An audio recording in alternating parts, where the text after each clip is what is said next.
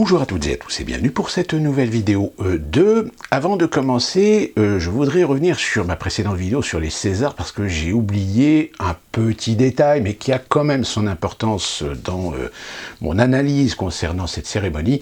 C'est que depuis maintenant on va dire même de décennies, les Césars sont aussi un petit peu sous influence de Canal+. Je rappelle quand même que depuis de nombreuses années, il y a un personnage de chez Canal+, qui a organisé la mise en scène, qui a plus ou moins géré le déroulé, on va dire, de la cérémonie des Césars, qui est quelqu'un que vous connaissez bien, qui est Dominique Farrugia, puisqu'en tant que producteur et souvent lié d'ailleurs avec des coproductions avec Canal+. Donc c'est vrai que ça joue aussi énormément sur le ton, parce que c'est, comme je l'ai dit dans la précédente vidéo, depuis de nombreuses années, on essaie de dépêcher des présentateurs qui soient à la hauteur de, je dirais, d'essayer de mettre un petit peu d'animation, d'essayer de mettre un petit peu d'éléments décalés, un petit peu dans l'esprit de ce qu'était Canal, enfin tout du moins de ce que vous avez pu connaître de ce qu'a été Canal, puisque souvent quand on dit esprit Canal, on pense plus l'esprit des années 80 plutôt que celui des années 90. On peut dire qu'il y a eu plusieurs générations en effet dans l'esprit Canal. Donc j'ai un petit peu oublié ce petit détail qui n'est pas négligeable sur le fait qu'en effet Canal+ a une certaine influence aussi sur la façon dont se déroulent souvent les Césars. Mais voilà, c'était juste un petit détail que je voulais rajouter. On passe tout de suite à l'information qui revient aussi un petit peu sur ce que j'ai dit dans la précédente vidéo. Parce qu'en effet, je vais revenir assez rapidement sur AstraZeneca, parce que j'ai fait ma vidéo il y a 2 jours, et depuis, il y a de l'eau qui a coulé sous les ponts. Il y a, dans ma dernière vidéo, je n'avais pas encore l'information que la France allait suspendre l'usage de l'AstraZeneca. Quoique, suspendre est un bien grand mot, puisque Emmanuel Macron se réserve le droit, d'ici aujourd'hui, de décider, ou peut-être demain, soit de reprendre les vaccinations sur l'AstraZeneca, ou de le conserver, la suspension de l'usage de ce vaccin. Le fait est, c'est que cette histoire commence à prendre des proportions je dirais inquiétante. Inquiétante pas par rapport au niveau sanitaire, puisqu'au niveau sanitaire, comme je l'ai expliqué dans le descriptif de ma précédente vidéo, la suspension qui est effectuée aujourd'hui par un certain nombre de pays sur l'AstraZeneca est une mesure de précaution. Ça ne veut pas dire qu'il y a de réels problèmes avec ce vaccin, parce que de toute façon, actuellement, comme je vous l'ai expliqué à plusieurs reprises, nous sommes dans la période qui est équivalente à ce qu'on appelle la phase 4 de test d'un traitement, et qui plus est là en ce moment des vaccins, c'est-à-dire qu'en ce moment on est en train d'élaguer tout simplement le niveau de risque des effets secondaires sur l'ensemble des vaccins. C'est-à-dire que finalement les gens qui se font vacciner actuellement servent de cobayes, soyons clairs. Je crois me souvenir que le chiffre actuellement de morts est de 267, ce qui reste un chiffre sur la proportion de gens vaccinés, bénéfice, risque, toujours garder ça là en mémoire, on va dire relativement acceptable au vu du contexte. Bien évidemment, attention, j'insiste bien, au vu du contexte, c'est-à-dire du contexte d'urgence, d'essayer de trouver un vaccin, d'essayer de trouver une solution pour essayer de rétablir une situation non pas vers la normale, mais de pouvoir remettre un petit peu d'activité dans nos sociétés, de lâcher un petit peu de lest sur les restrictions sanitaires, etc. Donc, je rappelle, situation d'urgence. Donc, en effet, peut-être que ça peut moralement choquer la plupart des gens, le fait de se retrouver dans une situation où finalement on a lancé des campagnes de vaccination sans réellement trop savoir, en réalité avoir des bases ou des reculs suffisants sur les effets secondaires, et que finalement aujourd'hui on est en train de faire les calculs, si vous voulez,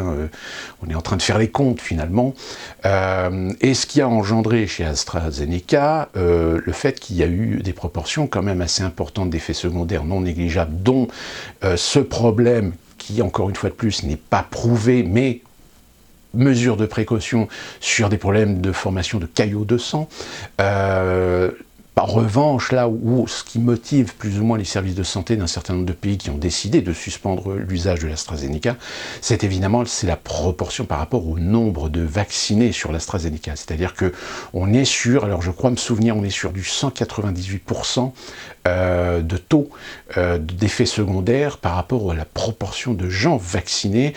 En revanche, à l'inverse, sur le Pfizer, où là, le nombre de vaccinés sur le Pfizer, on est sur un chiffre, je crois, une proportion qui dépasse, je crois, peut-être même pas 10%, même pas, je crois même que là, j'exagère un peu.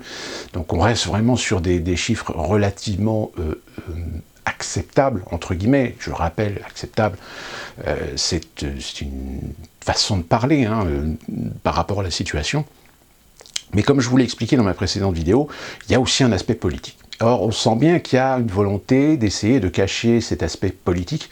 Et on a actuellement le ministre Véran ainsi que son acolyte Salomon et ainsi que le Premier ministre qui, eux, ont l'air d'insister sur le fait que non, l'AstraZeneca, on va le reprendre, ne vous inquiétez pas, c'est une suspension très temporaire, mais on va le reprendre. Alors que Macron, c'est quand même lui qui a lancé quand même la pierre, encore une fois de plus.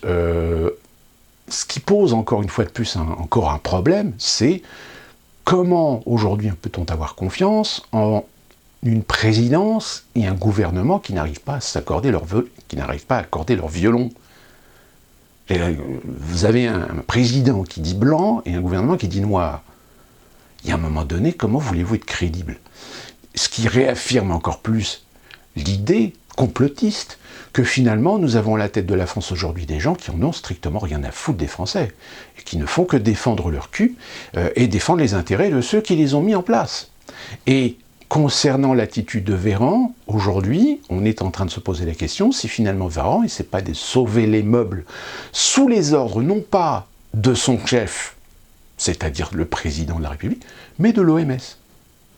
On a l'impression que Véran prend réellement ses ordres de l'OMS concernant la gestion de l'AstraZeneca. Donc là, moi j'ai envie de dire, attention danger, parce que là, ça voudrait dire que finalement, ce n'est pas la santé publique qui les importe, c'est les intérêts. Les intérêts politiques, idéologiques et commerciaux qui touchent aujourd'hui l'AstraZeneca. C'est-à-dire que le fait que l'AstraZeneca pourrait, je dis bien pourrait, avoir des conséquences non négligeable sur les effets secondaires suivant un certain nombre de pathologies chez un certain nombre de gens, on a l'impression qu'ils sont en train de passer outre. Au-delà du problème de la disponibilité des stocks de vaccins, là je crois qu'il y a Pfizer qui a annoncé récemment que les doses promises dans un délai, finalement peut-être qu'ils ne vont pas pouvoir les fournir dans les délais prévus. Enfin là, on est véritablement dans un gros bordel, parce que d'un côté, on essaie de pousser les gens à se vacciner, on a une politique de conviction de la vaccination contre ceux qui limitent aujourd'hui. Il y a une véritable opprobre, une véritable vendetta contre tous les gens qui disent « Oui, non, mais attendez, évitez de vous faire vacciner tout de suite, attendez un peu, etc. » Enfin, et de l'autre, on n'a même pas les outils pour vacciner en masse. Ça n'a pas de sens. Donc c'est vraiment nous prendre pour des cons, très sincèrement.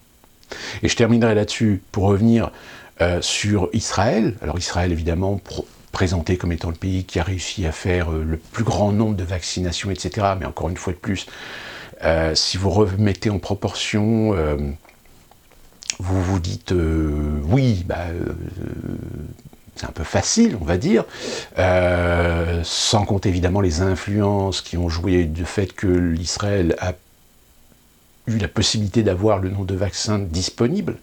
Sauf que là, faut savoir quand même que la politique sanitaire d'Israël a été extrêmement virulente. Je dirais même que ça a été peut-être la politique la plus contraignante, c'est-à-dire une obligation de vaccination très prononcée. Sauf que là, on vient d'apprendre qu'Israël va reconfiner. En merde totale, parce que si on prend globalement aujourd'hui la vaccination donc, qui a débuté depuis début décembre, ou je ne sais plus, début octobre, début novembre, début décembre, je ne sais plus. Je crois que c'est début octobre avec les Britanniques. Donc là, aujourd'hui, on est à pratiquement plus de 6 mois maintenant de vaccination. Force est de constater que, en effet, sur le nombre de gens vaccinés, le nombre de gens en effets secondaires et le nombre de gens décédés, et encore, évidemment, on fait traîner les choses pour ne pas démontrer si ces décès sont liés ou non au vaccin, etc. Donc on est toujours dans la prospective, on est toujours un petit peu dans l'hypothèse, hein, il n'y a pas d'affirmation. Alors évidemment, sur les réseaux sociaux, il y a beaucoup de gens qui, eux, jouent de conviction, de dire oui, de toute façon, c'est à cause des vaccins, etc. Alors qu'en réalité, on n'en sait rien, puisque, évidemment, on traîne énormément la patte pour faire des études sérieuses, pour savoir si oui ou non ces décès sont liés à la vaccination ou non, ou au traitement ARN ou non.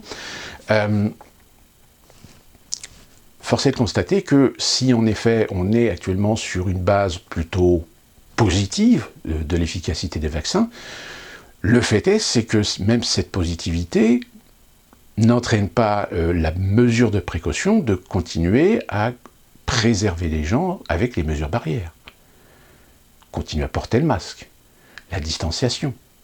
C'est-à-dire qu'on sent bien que si en effet les chiffres sont relativement positifs, le problème c'est que si on regarde dans le détail, si on gratte un peu, on se rend compte que ça ne veut pas forcément dire que les vaccins fonctionnent. C'est-à-dire que peut-être les vaccins fonctionnent, comme peut-être les gens sont en train de développer une immunité collective. Preuve en est, c'est que des gens vaccinés ont chopé le Covid. Preuve en est, c'est que là, et ça c'est une information, j'essaierai de vous retrouver le lien, je vous le mettrai en bas, nous avons M. Salomon qui vient d'émettre une note aux services de santé régionaux, comme quoi le variant breton serait particulier dans ce sens où il donnerait des faux négatifs au niveau des tests PCR. C'est-à-dire des gens qui se feraient tester, testés négatifs, alors qu'en réalité ils sont positifs. Ça fout encore plus le bordel. Vous imaginez un petit peu. Donc en réalité, moi je vais vous donner mon opinion personnelle. Je pense que le Covid-19, de toute façon, on va vivre avec, on va essayer d'apprendre à vivre avec. Et que, vu que pour l'instant, nous n'avons absolument aucun recul et aucune certitude sur l'efficacité des vaccins, tout du moins sur la grande majorité de la population mondiale, eh bien, on va continuer à essayer de bidouiller, de faire de la rustine, on va dire, idéologique, politique et de santé. Parce qu'actuellement, on a personne ne veut véritablement faire une étude sérieuse pour essayer, sur les cas réels aujourd'hui, de faire ressortir, est-ce qu'on a aujourd'hui un virus avec lequel il va falloir apprendre à vivre? Quelle va être la dangerosité des variants? Parce que des variants, s'ils sont là aujourd'hui, s'il y en a qui continuent à exister, il y en a d'autres qui vont forcément arriver. C'est comme finalement tous les autres virus, c'est comme la grippe. Finalement.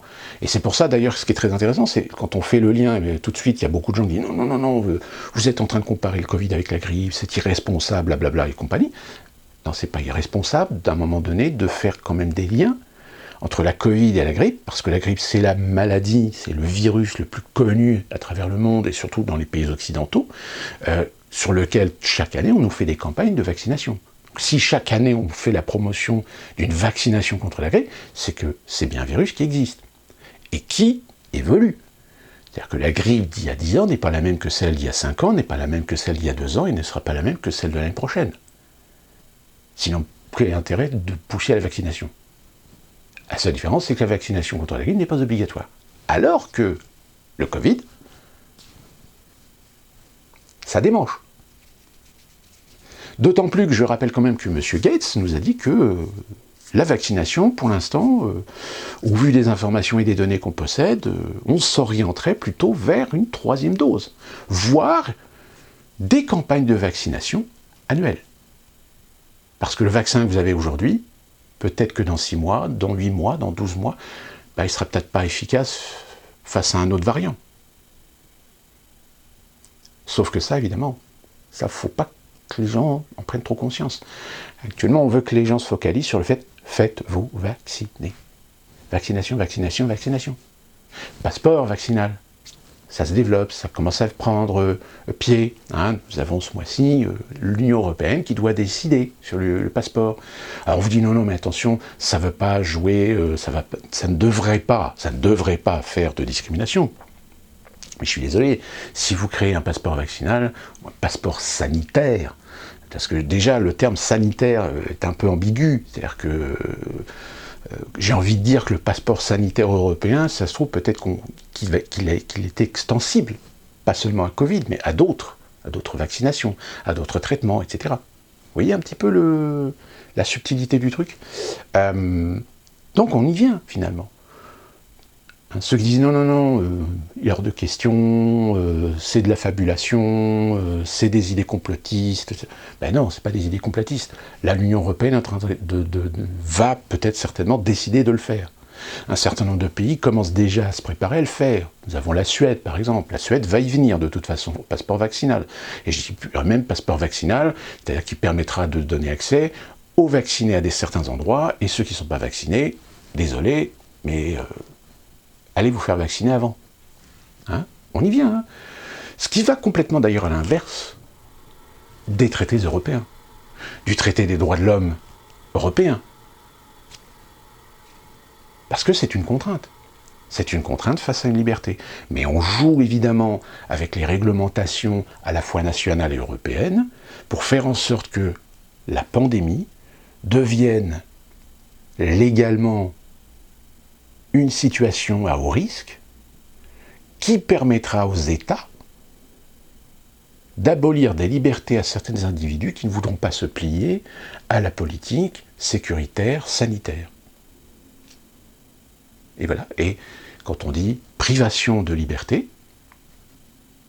disparition de certaines libertés, eh bien ça sera vrai pour un certain nombre de gens.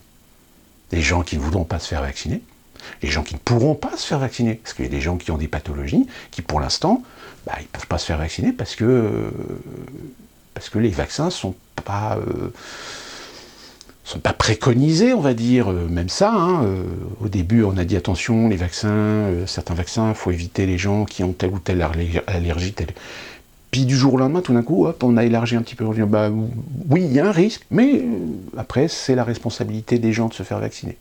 C'est-à-dire qu'aujourd'hui, que ce soit le Pfizer, le Moderna, l'AstraZeneca, le Sputnik, etc., on dit bien, attention, ces vaccins peuvent avoir des problèmes pour des gens qui ont un certain nombre de pathologies établies par des rapports, établies par des documents, mais on dit très clairement, on laisse la responsabilité aux gens de se faire vacciner.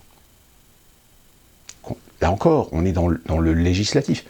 C'est-à-dire que si vous avez une pathologie concernée, mais vous dites non, moi je veux me faire vacciner parce que si je ne me fais pas vacciner, je risque de perdre mon boulot, je risque de me faire refuser l'accès à des restaurants, à des parcs, à des transports, au voyage en Europe. Vous ne pourrez plus traverser les frontières. Pourtant, espace Schengen, liberté de... Eh ben non, vous n'en aurez pas le bénéfice, puisque vous ne serez pas vacciné. Hein, vous voyez le truc ? Et de fait, on en serait presque à venir dans l'idée que si on vous supprime finalement des libertés, mais pas supprimées en tant que telles, mais plutôt en dérivé, j'ai envie de dire, mais dans ce cas-là,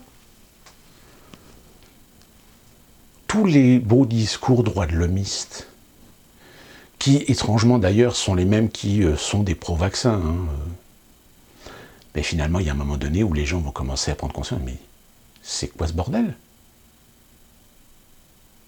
C'est-à-dire que là, ces gens, sans s'en rendre compte, sont en train de croire qu'ils vont réussir par un totalitarisme idéologique, pas forcément législatif, mais idéologique, à imposer aux gens une idée, et que cette idée, une fois qu'elle sera bien incrémentée, qu'elle sera acceptée, bon an, mal an, eh bien là, toute la suite, ça sera sans vaseline. Tester. C'est tester la capacité du peuple, ou des peuples, à accepter, à différents niveaux, contraints, complaisant, consensuel, consenti, consenti au détriment d'eux, mais pas le choix, phénomène de masse. Ben oui, phénomène de masse. Vous savez, cette fameuse expérience, vous avez 15 personnes, sur les 15 personnes, en fait, 14 personnes sont tous complices, et que le but du jeu, c'est d'inciter la victime, finalement, c'est-à-dire la 15e personne qui ne sait pas qu'elle est en fait dans une sorte d'expérience, que une information fausse va devenir vraie. Parce que la 15e personne, donc la victime, le sujet expérimental, va à un moment donné céder à la masse, céder au plus grand nombre. Vous savez, c'est cette fameuse expérience aussi de l'ascenseur. Vous savez qu'inconsciemment, quand vous montez dans un ascenseur, vous vous retournez toujours face à la porte. Eh bien, il y en a qui ont fait l'expérience, c'est-à-dire que, évidemment, toujours un sujet d'expérience, il laisse une personne rentrer dans un ascenseur, sauf que dans l'ascenseur, il y a déjà 4 ou 5 personnes, sauf que ces 4-5 personnes sont tournées vers le mur et pas vers la porte. Et bien, on se rend compte que tout d'un coup, même si la personne, inconsciemment, par habitude, se retourne vers la porte, eh bien, il y en a certains qui, au bout d'un moment, vont se laisser convaincre, inconsciemment ou consciemment, de faire comme les autres, c'est-à-dire se tourner vers le mur. Ces expériences, elles existent. Alors, je ne me souviens plus des noms, si je retrouve, je vous donnerai aussi les liens dans le descriptif. Des expériences qui sont plus ou moins inspirées, en effet, aussi de cette fameuse expérience qui est, elle, beaucoup plus connue, de la tolérance, jusqu'à quel point une personne est capable de faire souffrir une autre personne dans une expérience de punition et de soumission, finalement. Sauf que le sujet qui contrôle l'expérience est en fait la victime, puisque c'est elle qu'on est en train de tester, jusqu'où elle est capable d'aller, sous le coup d'une autorité. C'est-à-dire que, alors, je pense que certains d'entre vous se souviennent ou connaissent cette expérience. C'est pour ceux qui ne connaissent pas. Il s'agit d'une expérience où une victime, en fait, vous avez une personne qui est assise sur une chaise avec des contacteurs liés à une machine qui peut envoyer des impulsions électriques.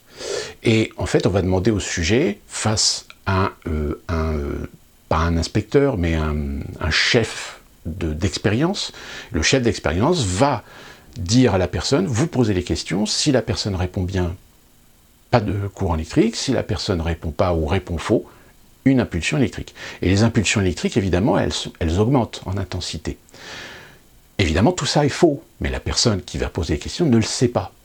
Et il va, normalement, si cette personne a une certaine force d'esprit, a une certaine indépendance, eh bien, à un moment donné, déjà, elle va le refuser. Elle va refuser l'expérience. C'est-à-dire, moi, je suis désolé, votre expérience, c'est nul. Je ne vais pas injecter des courants électriques à quelqu'un. Et vous avez les gens qui jouent le jeu.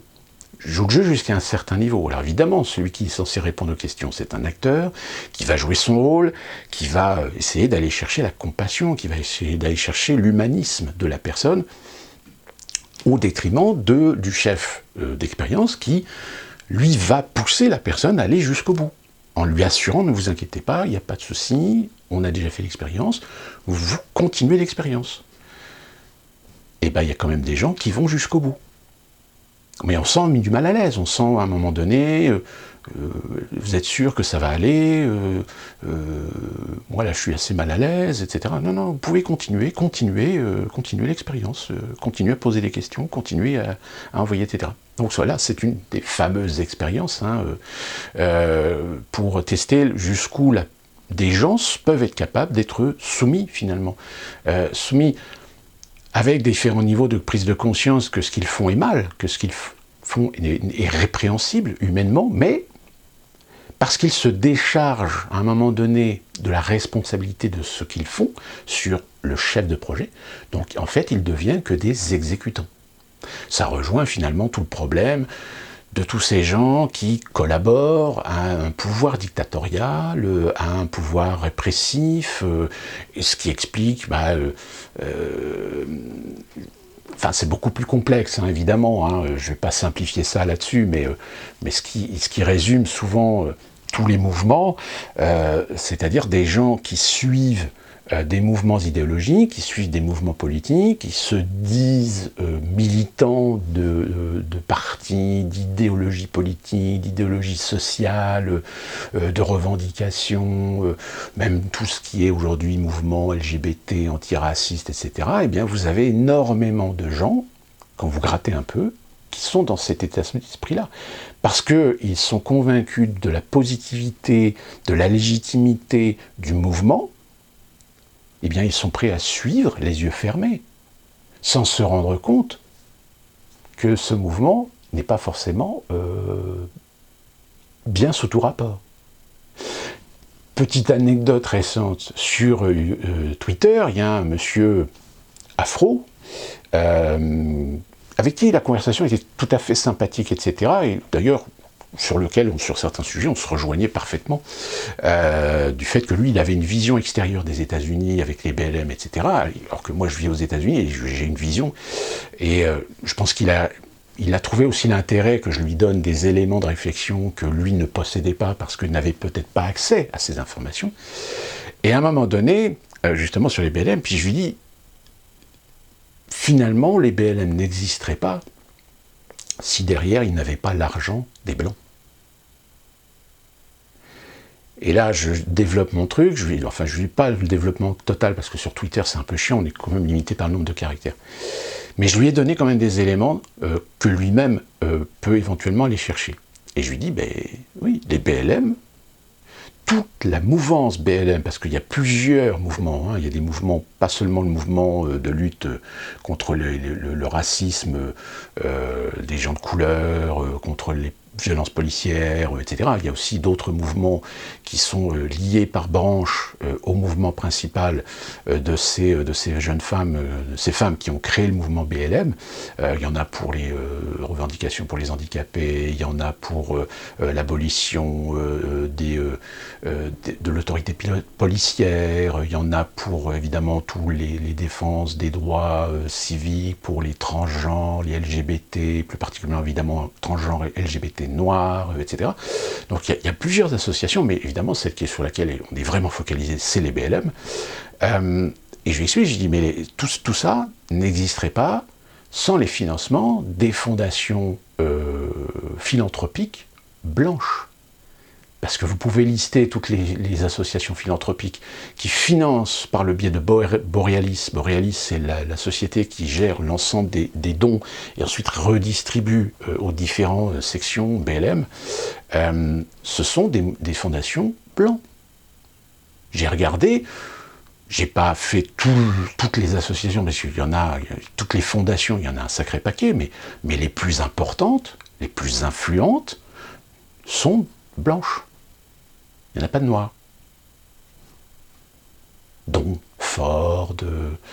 alors, il n'y a pas la Fondation Gates, mais la Fondation Gates y est quand même, mais indirectement par une autre fondation, parce que pareil, hein, la Fondation Gates, c'est une pieuvre, mais gigantesque. Hein, donc c'est voilà, des financements indirects, on va dire. Hein, je fais un don à une de mes filiales, qui fait un don à une filiale, qui fait un don à une fondation, qui elle-même va faire le don, rétribuer le don à BLM par le biais d'une autre fondation, etc. Donc, mais vous avez la fondation, de mémoire là c'est compliqué, je sais qu'il y a la fondation Ford, parce que c'est la fondation Ford qui a entraîné, je dirais, le mouvement BLM pour sa fondation, pour la création des statuts, etc. Il a aussi aidé à la création de Borealis. Mais vous avez la fondation Bush. Alors la fondation Bush, qui n'a rien à voir avec la famille Bush. Vous avez aussi... je n'ai plus... Il y a la fondation de Rupert Murdoch aussi. Il y a la fondation de l'ancien président de Microsoft, celui qui est arrivé après Bill Gates, et puis la plus importante, c'est Open Society. Et oui, Open Society fait partie des fondations qui financent BLM. Donc voilà, je veux dire, mais ça, évidemment, ça, faut surtout pas en parler, etc. Et finalement, ce monsieur, finalement, il a disparu de la circulation. C'est-à-dire que dans le débat, tout d'un coup, il a disparu. Parce qu'il s'est rendu compte que, finalement, c'est bien gentil de taper sur les Blancs, mais c'est quand même avec l'argent des Blancs que ces mêmes idéologues sont en train de nous taper dessus. Dans nos cultures, dans nos traditions, dans nos histoires, dans la cancel culture. Tiens, d'ailleurs, le dernier élément en date qui est très intéressant, qui est très amusant, c'est le black cancel, je crois, ou le blackface. Le fait que nous autres Blancs, nous n'avons plus le droit aujourd'hui d'utiliser des mémés ou des émoticônes noirs. Et c'est lié au fait que certains ont utilisé le faciès de réaction, d'expression de Oprah Winfrey lors de son interview du couple, ex-couple royal de Prince Harry et de Meghan. Enfin, voilà, on en reviendra, ça fera peut-être l'objet d'une autre vidéo, parce que je pense que là, ils sont bien lancés sur le tas pour nous refaire encore bien des trucs bien délirants qui finalement pour moi c'est vraiment plus des éléments qui démontrent qu'on est en pleine décadence finalement, décadence intellectuelle. Et donc voilà, alors là je me suis très éloigné, mais je vais revenir quand même au problème de vaccins, et donc du fait que ça implique aussi tous des aspects sociaux, politiques et idéologiques aujourd'hui. Force est de constater qu'aujourd'hui, les médias s'efforcent d'éviter justement que vous, à un moment donné, preniez conscience que finalement on est vraiment dans un éventail idéologique qui ne se résume pas uniquement qu'à la raison sanitaire, mais sur la raison sanitaire commence à s'installer progressivement d'autres politiques, d'autres idéologies qui finalement vont faciliter à terme la soumission, finalement, c'est-à-dire la simplification, voire la suppression de certains acquis au niveau du droit, au niveau des droits de l'homme, au niveau des droits des libertés, liberté de mouvement, liberté de mouvement, de pensée même, et inciter le plus grand nombre à accepter et de donner son consentement. Parce qu'ils ne peuvent pas imposer par la loi. Parce que si imposer par la loi, quoique là, vous voyez, ça commence un petit peu à démanger, parce qu'ils sont dans l'urgence quand même. Il faut absolument accélérer le mouvement pour commencer à mettre les piliers de leur futur monde, de leur future société, et au mois de juin, pouvoir commencer à installer les piliers du Grand Reset. Et donc, on sent bien qu'ils essayent d'aller chercher le consentement du plus grand nombre. C'est-à-dire, à partir du moment où vous réussissez à convaincre, à tort ou à raison, ou de pousser les gens à accepter l'idée du phénomène de masse, c'est pour ça que je vous faisais un petit rappel de ce qu'on appelle justement, par ces expériences, le fait d'influencer une minorité de gens réfractaires à se soumettre à l'idée globale et à l'idée de la majorité. Mais là, ça va beaucoup plus loin, c'est-à-dire qu'on essaie de faire croire que la majorité pense oui, alors que on est plutôt dans un mélange, dans un cocktail de doutes, de questionnements, d'interrogations, de suspicions, etc. Mais tout ça, tout ce conglomérat, on va essayer de le pousser à aller vers la soumission, l'acceptation. L'acceptation par différents procédés, par la punition, par la privation, par la peur aussi. Je veux dire, le phénomène de peur, chez certaines personnes, ça fonctionne. Faire peur, avoir la peur de... c'est ce qu'on verra certainement dans peut-être d'ici quelques mois, je pense qu'on va commencer à revoir un petit peu le spectre de la menace russe. Le russe, il veut conquérir, etc. On voit des documentaires, on voit des débats qui sont dans cet esprit-là. C'est de faire peur aux gens. Rendez-vous compte, Poutine, il est dangereux. Il est dangereux parce qu'il a de l'arme nucléaire, il a de l'armée. Demain, il peut attaquer l'Ukraine, envahir l'Ukraine. Petite anecdote là-dessus, j'ai vu, vous connaissez certainement ce youtubeur qui est un des plus célèbres youtubeurs français, qui s'appelle JDD, qui avait fait une vidéo sur l'Ukraine justement, et c'est assez amusant parce que je pense que je pense que cette personne est tout à fait consciente de la complexité du sujet. Sauf qu'évidemment, le problème, c'est qu'il est un youtubeur et que bah, c'est sa source de revenus et qu'il ne peut pas s'amuser à faire le deux poids deux mesures par rapport à ce conflit. Donc il a été en Ukraine, il a fréquenté des militaires de l'armée régulière ukrainienne, donc de Kiev. Il le dit, il n'a pas pu aller de l'autre côté, il n'a pas pu aller de l'autre côté de la République du Donbass. Et évidemment, l'historique qu'il fait, eh ben dans l'historique, il oublie, il donne évidemment les informations, on va dire les informations grand public, officielles, hein, mais il ne parle pas, par exemple, de la raison pour laquelle la Crimée est devenue russe. Pour lui, il donne l'information officielle que c'est la Russie qui a envahi la Crimée et qui a annexé la Crimée.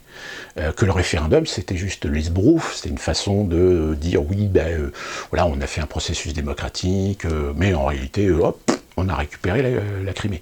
Alors qu'en réalité, la Crimée, ce qui a déclenché le problème de la Crimée, c'est ce qui s'est passé à Odessa.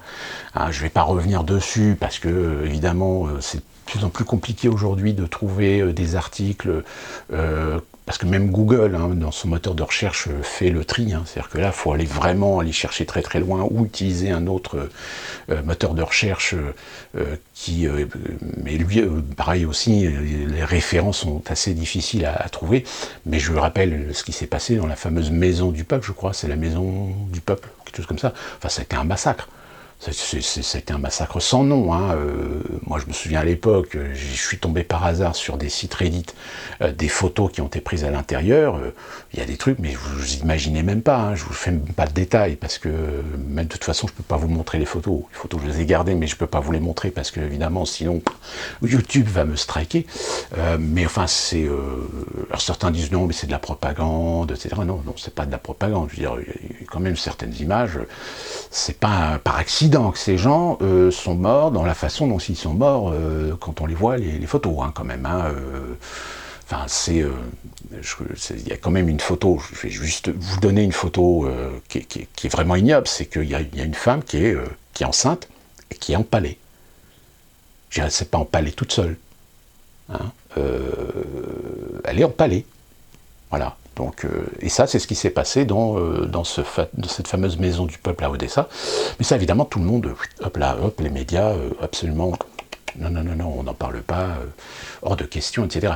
Donc, ce monsieur, le JDD, donc, a fait son reportage. Enfin, il l'a fait avec les moyens qu'il a, évidemment, et puis aussi avec les outils idéologique qu'il possède et qu'il est obligé un petit peu de rester dans le carquois.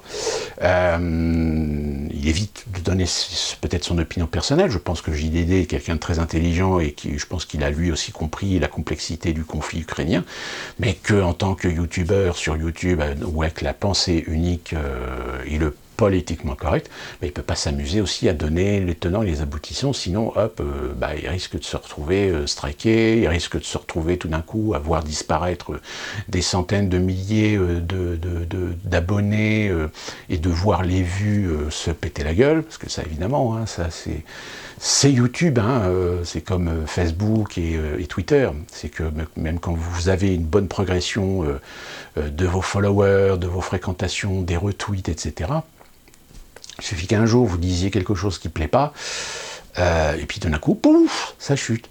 Vous dites, mais comment ça se fait qu'il y a autant de gens qui tout d'un coup sont désabonnés, ont disliké, etc. Donc c'est truqué, vous voulez, c'est forcément manipulé. Je crois que c'est ce qui est arrivé à Pierre Jovanovic, je crois, à l'époque sur Twitter, où il a vu son nombre d'abonnés tout d'un coup s'effondrer, comme si, alors qu'il n'a rien dit de spécial, je veux dire qu'il est dans son... Mais voilà, il a un nombre d'abonnés qui ont disparu. Et là, récemment, on a aussi Mila, la fameuse Mila, hein, son compte Twitter a été bloqué. Alors, fort heureusement, elle l'a retrouvé, mais ça a quand même fait boule de neige sur les réseaux sociaux. Et puis, même, je crois qu'il y a 2-3 médias qui, tout d'un coup, se sont dit...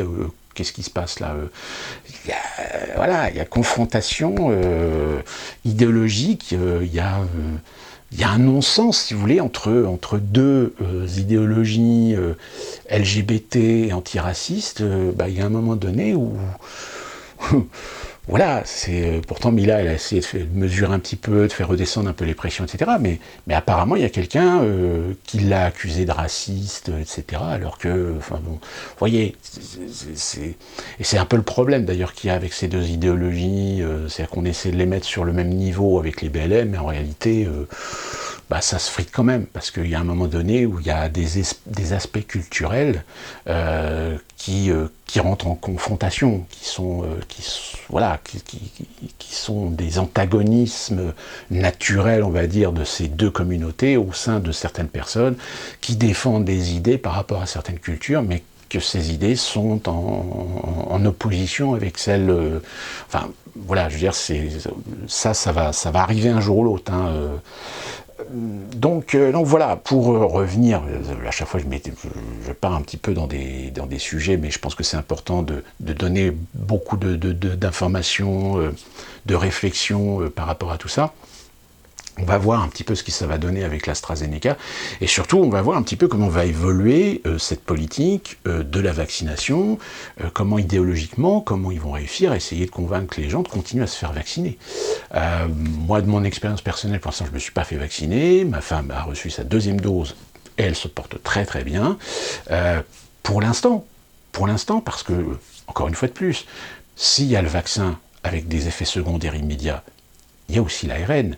C'est-à-dire l'action de l'ARN ne pourra se voir que d'ici 6 mois à 1 an.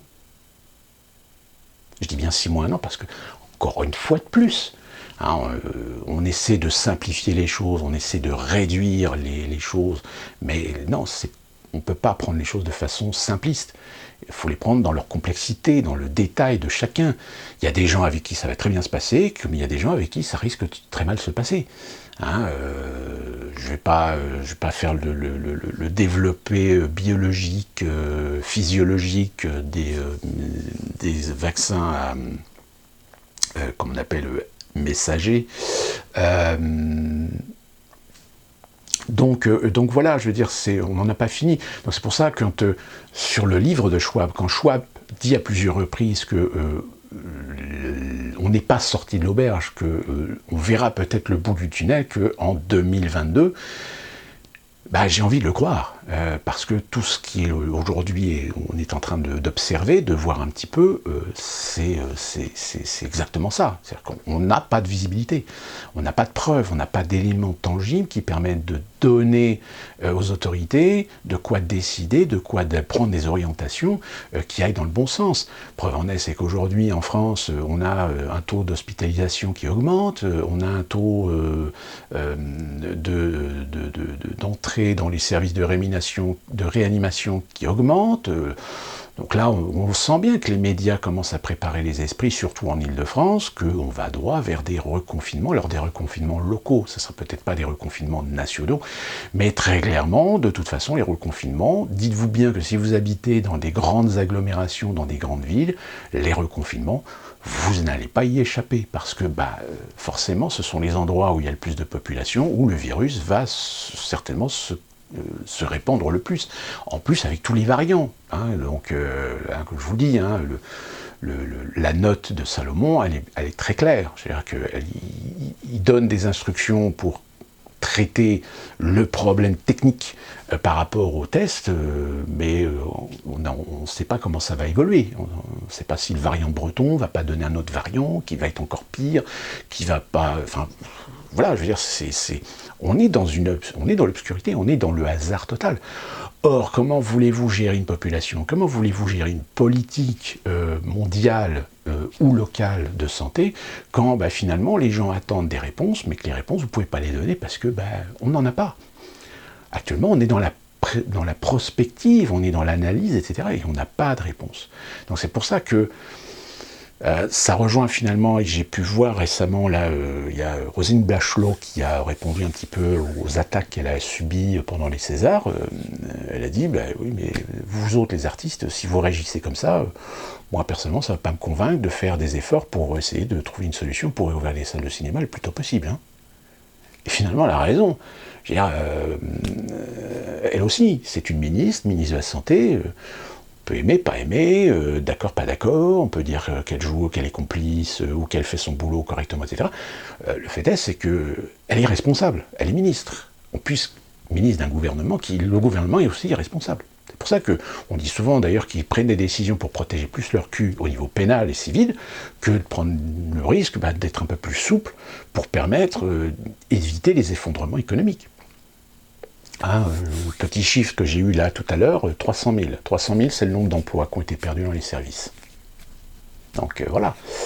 Puis là, on commence à tomber des annonces de grandes entreprises qui vont liquider, surtout les compagnies aériennes, qui, elles, je crois 4200, je ne sais plus, chez British Airways ou Lufthansa, enfin bref. Tout ça pour vous dire qu'on n'est pas sorti de l'auberge, on continuera évidemment à suivre la situation. Et puis, alors je voulais aborder un autre sujet, mais là déjà la vidéo, je pense qu'elle est déjà suffisamment longue. Je vais garder ce sujet-là peut-être pour une prochaine fois.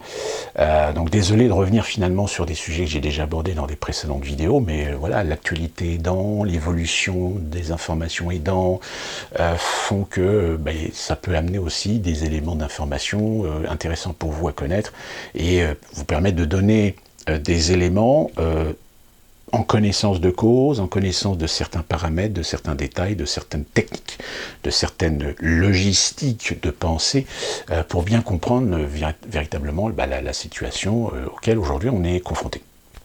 Et enfin, dernière information, on a fêté évidemment les 10 ans, je ne sais plus, enfin bref, la Syrie qui revient sur le tapis.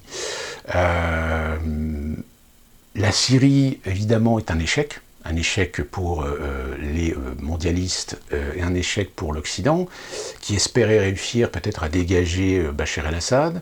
Bachar el-Assad, qui je rappelle, fait partie d'une minorité au sein de la Syrie, qui est un alaouite, les alaouites étant considérés des chiites dissidents, donc c'est pas forcément dans la lignée du chiisme pur comme celui du gouvernement islamique iranien. Sauf qu'il y a maintenant presque 10 ans, vous avez eu les printemps arabes, et les printemps arabes, le plan c'était de commencer à dégager certains dictateurs qu'on était bien content de trouver pendant de nombreuses décennies presque, parce que c'était le moyen de trouver des accords politiques, géopolitiques, des alliances, même je dirais économiques, pour certains. Sauf que du jour au lendemain, on a décidé de plus passer par ces gens-là, de s'en débarrasser, parce que le monde bipolaire de la guerre froide étant disparu, les cartes géopolitiques étaient en train de se remettre en place. Et il est arrivé à un moment donné où, évidemment, tous ces gens qu'on était bien contents de trouver pour maintenir, on va dire, une certaine autorité dans des régions extrêmement sensibles et extrêmement instable, on a décidé finalement de les dégager, et puis le résultat, on l'a vu, la Libye c'est toujours un bordel sans nom, la Tunisie toujours en difficulté, on savait que l'Algérie et le Maroc étaient les prochains, mais il se trouve qu'on a plutôt essayé de dégager l'influence chiite dans le Moyen-Orient et l'Extrême-Orient, sauf que la Syrie, ça a été le caillou, le pavé dans la mare. On espérait réussir à manipuler les esprits avec ce fameux État islamique, sauf que l'État islamique, il a fini par échapper, c'est-à-dire que là on a joué au Frankenstein avec l'État islamique. Donc du coup on s'est retrouvé avec deux fronts, c'est-à-dire premier front, c'est-à-dire les rebelles contre le gouvernement de Bachar el-Assad, et malheureusement sur les rebelles sont venus s'incrémenter des alliances, des partenariats avec l'État islamique. Quand l'État islamique a commencé à foutre son bordel et a commencé à faire des massacres un peu à droite à gauche, les Occidentaux se sont dit « Oh là là, attends, non, là, si jamais on commence à remonter l'arbre des décisions, des alliances, etc., nous on veut pas, etc. » Donc on a été chercher les Kurdes pour battre au nord l'État islamique, on a voulu soutenir les rebelles contre l'État islamique et contre Bachar el-Assad, et du coup Bachar el-Assad est en alliance avec la Russie et avec la Chine, etc. Donc la Russie, évidemment, a déboulé, parce que quand même la Chine en Syrie, ils ont quand même une base navale ou aérienne, je ne sais plus, je crois que c'est une base aérienne, pardon. Donc voilà, ils ont quand même des intérêts. Enfin voilà, la Syrie était devenue presque une bombe explosive de géopolitique. Et puis du coup, on a réussi plus ou moins à repousser un petit peu l'État islamique, sauf que le problème, c'est qu'il y a eu des manipulations, il y a eu des interventionnismes, il y a eu des influences de la part des Occidentaux qui sont remontés finalement à la surface. On a eu des false flags aussi, avec ces fameuses attaques d'armes chimiques. Même encore aujourd'hui, on relance la machine en faisant la démonstration et la preuve. Sauf qu'il n'y a pas de preuve, c'est des convictions de gens qui se disent experts, etc. Alors qu'en réalité, personne ne sait véritablement. Et que dans ce cas-là, on fait jouer simplement la logique. C'est-à-dire que dans un conflit tel que celui qu'a été la Syrie, quel était l'intérêt d'utiliser des armes chimiques pour Bachar el-Assad? Je veux dire, Bachar el-Assad, c'est pas un idiot. C'est quand même un mec intelligent. Je veux dire, il sait qu'il ne va pas utiliser des armes chimiques contre des populations civiles. Limite militaire, et encore peut-être, mais voilà, je veux dire, la guerre de Syrie pour Bachar el-Assad est beaucoup plus une guerre politique et idéologique qu'une guerre à proprement parler contre un État islamique, et qui plus est contre les rebelles. Donc on est en statu quo, c'est-à-dire qu'aujourd'hui la Syrie a encore des régions qui sont sous contrôle de l'État islamique, sous contrôle des rebelles, etc. Mais malheureusement ils sont excessivement minoritaires aujourd'hui. Et là on est en train de voir, comme par hasard, ça fait depuis plusieurs années maintenant que la Syrie est complètement disparue de l'actualité, et là tout d'un coup elle revient. Elle revient, alors évidemment on expose des images, des photos, des témoignages, des reporters qui disent « ouais, j'étais là, j'ai pas pu prendre de photos parce que j'étais obligé de courir, parce que j'entendais les balles fuser partout, etc. » Donc vraiment, une image de chaos finalement. Alors je dis pas qu'il n'y a pas de chaos dans certains endroits de la Syrie, il n'empêche que si vous allez en Syrie sur la côte, vous allez vous rendre compte que la guerre, elle n'est pas là. Hein. Alors, souvenez-vous d'ailleurs ces fameux migrants qu'on a accueillis en Europe et en France, qu'on a voulu héberger parce que voulant les protéger de la guerre dans leur pays, etc. Et qui, une fois qu'ils étaient légalisés, une fois qu'ils ont eu les outils pour les aider financièrement, pour leur donner un toit, etc. Il y en a pas mal, comme par hasard, ils sont retournés en Syrie, dites-moi. Ils sont retournés voir la famille en Syrie pour les vacances. Excuse-moi, mais tu quittes un pays en guerre, c'est pas pour y retourner pendant les vacances. Donc évidemment, tout le monde est un petit peu gêné quand même, c'est-à-dire on a fait tout un foin pour accueillir des gens qui souffraient de la guerre dans leur pays, qui étaient menacés dans leur vie, dans leur intégrité, mais qui retournent quand même dans leur pays pour ramener des cadeaux à leur famille, et qui reviennent ensuite en France, hein, évidemment. Là, il y a un moment donné... Il y en a même qui ont trouvé le moyen aussi à un moment donné de poser le couvercle du conspirationnisme là-dessus. C'est pas vrai. C'est du mensonge. C'est de l'extrême droite. Non, c'est pas de l'extrême droite, ça a été démontré. Il y a même des reportages qui ont été faits dans des chaînes de télé quand même mainstream. Donc, à moins que les chaînes de télé mainstream fassent aussi de la fake news, ils en font de temps en temps. Mais là-dessus, quand on est dans une politique pro-migrants, on évite de faire ce genre de reportage. Alors, quand même, il y a eu des reportages de faits sur ça. Enfin voilà, c'est un exemple parmi tant d'autres. Donc là, on sent bien que on a quand même une motivation, une ambition de certains, soit de relancer le conflit ukrainien contre la Russie, soit de relancer le conflit syrien, oui, indirectement contre la Russie aussi, mais surtout l'Iran. Conflit d'intérêt. Conflit d'intérêt parce que c'est plutôt les Américains qui ont envie de relancer un petit peu la guerre en Syrie, pour essayer derrière d'affaiblir un peu l'Iran, de faire plaisir à l'allié israélien. Sauf que le problème, c'est que les mondialistes de l'Europe, eux, c'est pas trop la Syrie d'intérêt, c'est l'Ukraine. Les mondialistes européens veulent récupérer l'Ukraine, absolument. Ils veulent essayer d'avoir une mainmise sur un ensemble de pays en frontière de la Russie. Qu'est-ce que vous voulez que je vous dise? Autre opposition à ce genre de plan, c'est qu'au sein même des mondialistes aujourd'hui, parce que pareil, il y a des mondialistes, on va dire des mondialistes territoriaux d'influence politique et les mondialistes financiers. Or, dans les mondialistes financiers, aujourd'hui, il y en a qui ont presque, un pas d'avance sur le fait qu'eux considèrent que la Russie sera forcément un allié, tôt ou tard, économiquement, comme la Chine. pourra pas jouer sans la Chine. Sauf que le problème de la Chine, c'est que la Chine, elle fait semblant de vouloir jouer le jeu mondialiste, mais à terme, elle veut le contrôle. Donc voilà, je ne veux pas refaire un état de la situation, etc., parce que c'est compliqué, mais ça influe évidemment sur les situations, les ambitions géopolitiques. Et là, on sent bien qu'il y a des gens qui voudraient motiver, commencer à poser les jalons d'une ambition de peut-être remettre le plat sur la guerre en Syrie. Mais là, dans une coalition internationale. Derrière les Américains, évidemment, hein, qu'on soit bien clair, parce que l'Europe, de toute façon, elle ne pourra passer que par l'OTAN. Donc l'OTAN, c'est les États-Unis, c'est Washington. C'est elle qui a le commandement, donc c'est elle qui donnera les ordres. C'est pas la France, pas l'Allemagne, c'est pas la Grande-Bretagne non plus. Hein, tout le monde sont les petits toutous qui suivront ce que Washington décidera. Donc voilà.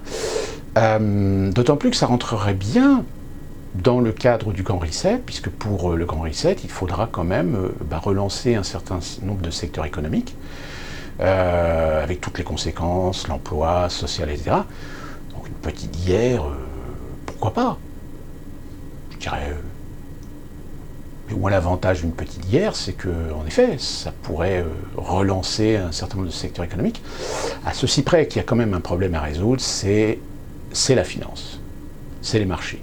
Les marchés sont devenus tellement gourmands qu'ils ont une mainmise sur beaucoup de secteurs, sur beaucoup d'acteurs, et qu'il faudrait qu'ils lâchent un petit peu de lest sur ces acteurs pour redonner plus de pouvoir, on va dire, aux États, et par l'intermédiaire des États, évidemment, des décisions prises par des influences mondialistes, d'utiliser des éléments de géopolitique pour leur intérêt. Sauf que le problème, c'est que les mondialistes financiers, eux, ont pété plus haut que leur cul. C'est-à-dire qu'on est un petit peu bloqué, si vous voulez. Donc il va falloir les pousser à lâcher un peu de lest pour reprendre un petit peu la main derrière. Donc voilà, mais je reviendrai là-dessus parce que dans le grand reset de M. Schwab, justement, il aborde ce sujet de la relation qu'il va y avoir normalement avec les États, c'est-à-dire la volonté de remettre peut-être du pouvoir à l'État sur le plan de régulation, etc. Donc on sent bien qu'il va y avoir peut-être une petite guéguerre au sein de l'institution du capitalisme mondial entre ceux qui sont considérés comme des conservateurs, qui veulent garder le système tel qu'il est actuellement et simplement demander aux États et aux banques centrales de continuer à faire de la planche à billets, mais avec derrière un effondrement total de toutes les économies sur le plan politique, géopolitique, social, ethnique, religieux, etc., tout le monde va se taper sur la gueule. Et ceux qui veulent essayer de prendre une méthode douce, c'est-à-dire d'utiliser en réalité l'influence ou l'autorité de l'État, c'est-à-dire l'État souverain, pour essayer de donner de la régulation à un certain niveau, il y a un certain niveau d'acteurs, utiliser les États pour soutenir ou essayer de faire des transformations, je dirais, de certains secteurs économiques, tout en essayant de réguler un peu plus d'autres secteurs économiques et permettre un petit peu de la relance, mais de la relance toujours sous contrôle, évidemment, de certains mondialistes qui, seront les marionnettistes à l'échelle internationale. Et, je vous en parlerai parce que dans le bouquin de Schwab, c'est très subtil la façon dont il amène les choses, alors qu'en réalité, si vous regardez derrière, vous sentez bien qu'il y a même des fois quelques petites contradictions, mais c'est très intéressant. Ça fera évidemment l'objet de la deuxième partie sur le Grand Reset. Donc voilà, je suis assez perplexe sur ces deux pays qui pourraient éventuellement revenir sur le devant de la scène, mais certainement pas avant qu'on ait résolu évidemment le problème du Covid. Ça me paraît un petit peu logique, on ne peut pas jouer sur deux fronts en même temps, ce ne sera pas possible. D'autant plus qu'encore une fois de plus, ils n'ont absolument aucune visibilité, si ce n'est instrumentaliser et utiliser, comme je vous l'ai dit, la pandémie pour essayer d'installer, modifier du législatif, essayer d'assouplir certaines contraintes au niveau des libertés des individus, essayer de faire du fichage, de la traçabilité à tous les niveaux, etc. On sent bien que c'est ce qui va arriver, c'est ce qu'ils vont mettre en place sous le manteau de la crise sanitaire qu'est le Covid. Mais à terme, moyen terme, à savoir, est-ce que derrière il ne va pas avoir une petite guéguerre qu'on va relancer pour essayer d'augmenter, d'alimenter. Alors, ce qui est encore plus vrai en France, où si on fait encore une guerre en Syrie, c'est pour ça que la Syrie est assez intéressante, parce que il y a aussi des implications en Europe, de par le fait des communautés musulmanes très importantes qu'on a en Europe, et qui pourraient justifier demain aux États-nations eh bien de serrer la vis, on va dire, sur les revendications ou sur les potentiels risques que pourraient avoir des influences d'une nouvelle guerre en Syrie, et surtout si en plus on joue encore une fois de plus avec l'État islamique. On a quand même en France un certain nombre d'individus qui sont des partisans très affichés, comme d'autres qui sont un petit peu plus, on va dire, sous le manteau du démocrate républicain, mais qui derrière en réalité défend bien les préceptes de l'islam, et est tout à fait pro à établir la charia ou la loi coranique à l'image de ce que l'État islamique revendique et affiche très clairement. Donc ça va poser évidemment un problème supplémentaire que d'ailleurs on a la preuve qu'on n'arrive pas à résoudre, hein, puisque je veux dire la loi séparatiste, qu'elle esbrouffe, hein, finalement, on pond une loi qui finalement ne vise pas en particulier une communauté, bon, ce qui est à la limite compréhensible, mais en réalité on sent bien que cette loi va être plutôt utilisée pour essayer de chasser les mauvais élèves de l'idée, de l'idéologie dominante, de la pensée unique, etc., que des gens qui font mumuse avec l'islam radical pour légitimer de trucider, de tuer, d'égorger, de décapiter des petits blancs de temps en temps, histoire d'aller continuer à alimenter la peur et les haines. Parce que, évidemment, on met les choses en opposition, et d'ailleurs, on l'a bien vu sur les réseaux sociaux, l'intervention de cet acteur noir qui nous a parlé de Traoré, de Ressek, ou je ne sais plus le nom de ce rappeur, etc. Mais voilà, qui occulte complètement l'autre problème aussi qu'il y a aujourd'hui avec l'islam radical en France, et finalement la mort de ces professeurs, de ces petits blancs racistes. De toute façon, c'est ça, hein, de toute façon, ils sont morts parce que c'est des racistes. Ça alimente aussi des colères et des haines qui sont en train d'être alimentées, sauf qu'elles ne sont pas canalisées. Parce qu'il y en a qui essaient de nous faire croire que c'est l'extrême droite, Marine Le Pen, le Rassemblement National, qui va les puiser dans cette haine. Alors que non, je veux dire, c'est une haine, mais qui est quand même consciente que ça ne concerne pas tous les musulmans, que ça concerne une minorité de musulmans radicaux, mais qu'il semble que l'État est complètement émasculé à essayer de résoudre le problème de façon concrète par rapport à ça. Donc voilà, à suivre aussi sur ce point-là. Si vous avez d'autres éléments qui éventuellement pourraient motiver, on va dire, la crainte de voir un conflit peut-être pas forcément généralisé, mais sur lequel évidemment derrière il y aura de la géopolitique évidente, mettre en opposition l'Occident américain et l'Asie russe et chinoise, dans lesquelles évidemment tout le monde va essayer de faire croire qu'il faut prendre parti pour les uns, pour les autres. Bon, sauf que là, encore une fois de plus, je pense qu'il y a beaucoup d'experts en Occident qui sont conscients qu'ils seront perdants, parce que on a tellement déconné depuis des décennies justement à jouer les apprentis sorciers en géopolitique, qu'il y a beaucoup de pays qui auraient plutôt tendance à aller plutôt du côté des Chinois et des Russes que du côté des Européens et des Américains. Surtout les Américains qui, aujourd'hui, avec Biden, c'est pas joyeux. Hein. Là, on commence déjà à voir certains médias commencer à réfléchir, à se dire est-ce que finalement Biden va finir l'année, parce qu'à ce niveau-là, je pense qu'on verra qu'il y aura de moins en moins d'interventions, c'est-à-dire que Biden sera moins en interaction, que ce soit avec des Américains ou même des journalistes. On le sortira de temps en temps de la naphtaline pour dire qu'il est bien, il est vivant, etc., vive l'Amérique, etc. Mais qu'au final, on est en train de préparer certainement la succession de Kamala Harris à terme. Je vous dis, hein, je le répète, hein, pour moi, lui ne fera pas les 4 ans. Il dégagera avant par n'importe quel moyen. Voilà pour cette vidéo, encore longue, nom de Dieu, mais j'espère que ce que je vous exprime vous semble intéressant et pertinent, et n'hésitez pas à faire vos commentaires, n'hésitez pas à liker, n'hésitez pas à vous abonner si vous êtes nouveau, n'hésitez pas à faire du débat constructif. C'est ce qui fait avancer les idées et les opinions, et ne pas faire comme certains. Alors, les commentaires ont été supprimés par YouTube direct, hein, donc vous ne les avez pas vus, mais c'est tant mieux parce que finalement ça n'avait strictement rien à voir. Et faites attention parce que depuis quelque temps sur les réseaux sociaux, on commence à voir émerger des comptes bidons pour promouvoir des liens bidons aussi, hein. Là, il y en a quelques-uns sur la précédente vidéo, il y en a eu 2, je les ai virés, parce que voilà, parce que ce qui est assez amusant, c'est de se rendre compte que finalement, ils n'ont même pas... comment dire, ils n'ont même pas la stratégie ou le courage de donner l'illusion d'un compte qui existe ou qui est crédible. Hein, ça, c'est pareil, une petite anecdote, si vous avez des commentaires un peu douteux, n'hésitez pas à aller voir le profil de ces gens et vous allez vous rendre compte très rapidement qu'il n'y a absolument rien dans ces profils, voire même que c'est des profils parfois qui sont récents, qui ont été créés il y a 2-3 jours. Bon, bah, dites-vous que ça, c'est